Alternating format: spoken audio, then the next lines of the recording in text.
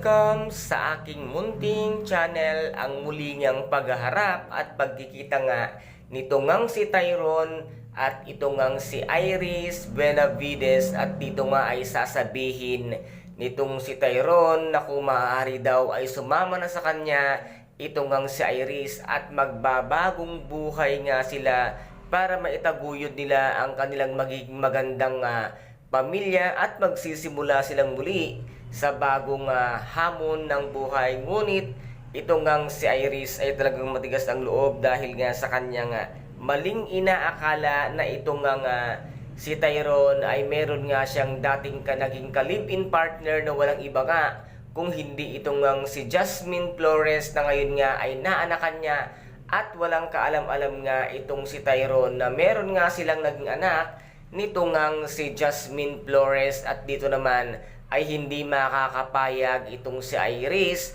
na mapunta nga ng tuluyan itong si Tyrone sa kanya, kung kaya't gagawin din niya ang kanyang kakayahan upang hindi nga magtagumpay itong ngang si Jasmine Flores, kung kaya't dito nga ay sasabihin ni Iris na sana ay noon ka pa nawala at noon ka pa namatay. Ano kaya ang gagawin ngayon ni Iris?